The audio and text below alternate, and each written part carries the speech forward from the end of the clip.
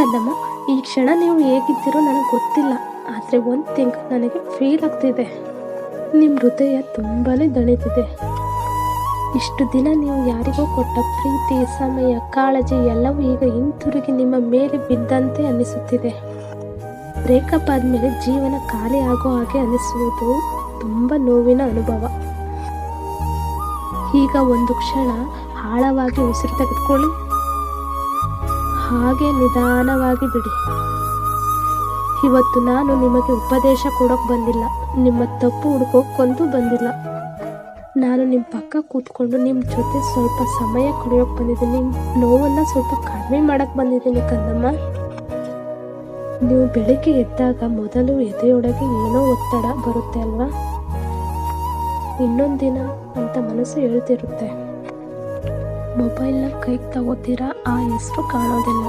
ಒಂದು ಕಾಲದಲ್ಲಿ ಒಂದು ನೋಟಿಫಿಕೇಶನ್ ಬಂದರೂ ಕೂಡ ಹೃದಯ ಜೋರಾಗಿ ತಟ್ಟುತ್ತಿತ್ತು.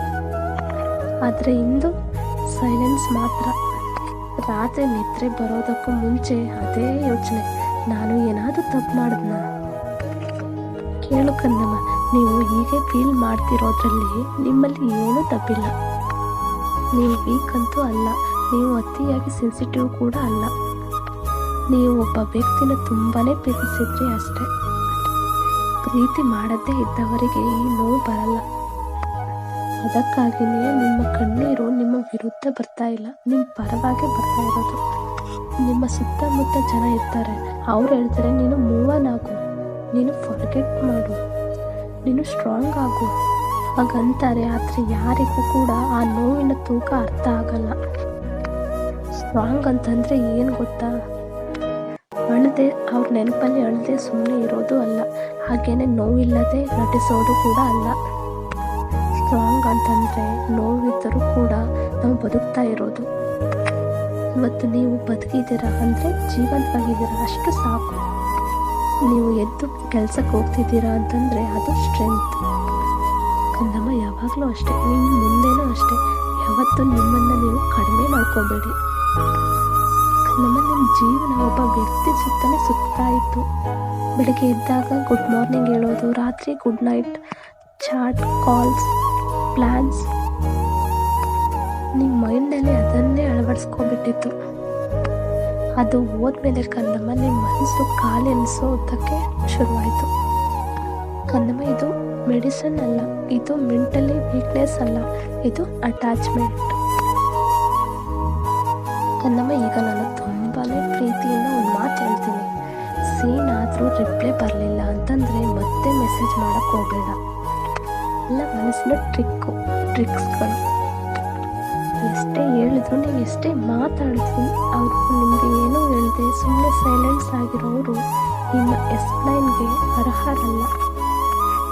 ನಮ್ಮ ಹಾಗೇನೆ ನಿಮ್ಮ ಹೃದಯ ಆಟದ ಮೈದಾನ ಕೂಡ ಅಲ್ಲ, ಯಾರೋ ಬಂದು ಇಗ್ನೋರ್ ಮಾಡಿ ಹೋಗೋದಕ್ಕೆ. ನಿಮ್ಮ ಗೌರವ ನಿಮ್ಮ ಕೈಯಲ್ಲೇ ಇದೆ.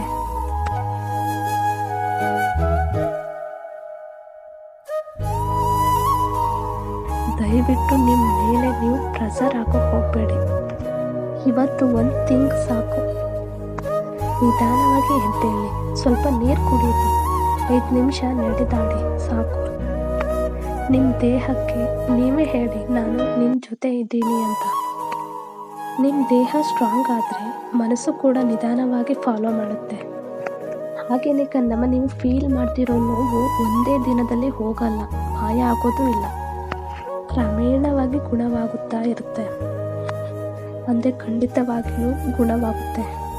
ಹಾಗೆಯೇ ಕಂದಮ್ಮ, ಒಬ್ಬ ವ್ಯಕ್ತಿ ನಿಮ್ಮ ಜೀವನದಿಂದ, ನಿಮ್ಮ ಲೈಫಿಂದ ಹೊರ ನಡೆದ ಅಂತಂದರೆ ನಿಮ್ಮ ಮೌಲ್ಯ ಕಡಿಮೆ ಆಯಿತು ಅನ್ನೋದಂತೂ ಅಲ್ಲ. ನೀವು ಪ್ರೀತಿಸಬಲ್ಲೆ, ಆದರೆ ನೀವು ಅಪರೂಪ. ನೀವು ಕಾಳಜಿ ತೋರಿಸೋವಷ್ಟು, ನೀವು ಕೇರ್ ಮಾಡೋವಷ್ಟು, ನೀವು ಆನೆಸ್ಟು, ಇವೆಲ್ಲವನ್ನು ಎಲ್ಲರಿಗೂ ಹ್ಯಾಂಡಲ್ ಮಾಡೋ ಅಷ್ಟು ಕೆಪಾಸಿಟಿ ಇರೋಲ್ಲ. ಕೆಲವೊಬ್ಬರು ಒಳ್ಳೆ ವ್ಯಕ್ತಿಯನ್ನು ಕಳ್ಕೊತಾರೆ, ಯಾಕಂತಂದರೆ ಅವರು ರೆಡಿ ಇರಲ್ಲ. ಅದು ನಿಮ್ಮ ತಪ್ಪು ಅಂತಲ್ಲ ಕಂದಮ್ಮ. ನಿಮ್ಮ ಮನಸ್ಸೊಳಗಡೆ ಹೀಗೇನೆ ಅನ್ನಿಸ್ಬಹುದು, ನಾನು ಇದರಿಂದ ಹೊರ ಬರಲ್ಲ, ನನಗೆ ಮತ್ತೆ ಅದೇ ಸಂತೋಷ ಸಿಗಲ್ಲ. ಆದರೆ ಕೇಳು ಕಂದಮ್ಮ, ಇದೇ ಮಾತು, ಇದೇ ಫೀಲಿಂಗ್ ನಿಮಗಿಂತ ಮುಂಚೆ ಲಕ್ಷಾಂತರ ಜನ ಅನುಭವಿಸ್ತಾ ಇದ್ದಾರೆ.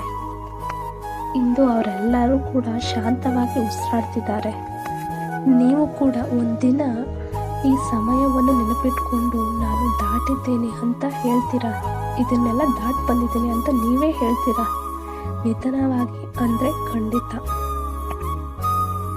ಹಾಗೇನೆ ಕನ್ನಮ್ಮ, ಈ ಒಂದು ಕ್ಷಣ ನಿಮ್ಮ ಹೃದಯದ ಮೇಲೆ ಕೈ ಇಡಿ.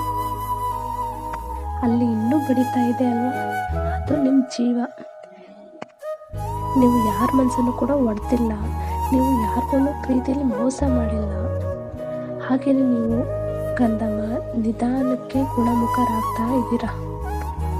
ಇವತ್ತು ಅಲ್ಲ, ಆದರೆ ಒಂದಿನ ನೀವು ಮತ್ತೆ ನಗ್ತೀರಾ, ನೀವು ಮತ್ತೆ ನಂಬ್ತೀರಾ, ನೀವು ಮತ್ತೆ ಬದುಕ್ತೀರಾ, ಜೀವನ ನಡೆಸ್ತೀರಾ.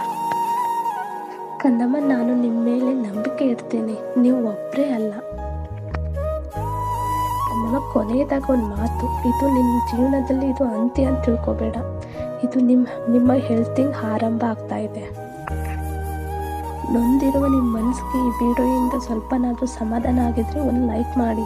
ಹಾಗೆಯೇ ನಿಮ್ಮ ಫ್ರೆಂಡು ಈ ಥರನೇ ನೋವಲ್ಲೇ ಇರೋರಿಗೆ ಶೇರ್ ಮಾಡಿ. ಹಾಗೆಯೇ ಸಬ್ಸ್ಕ್ರೈಬ್ ಕೂಡ ಮಾಡಿ.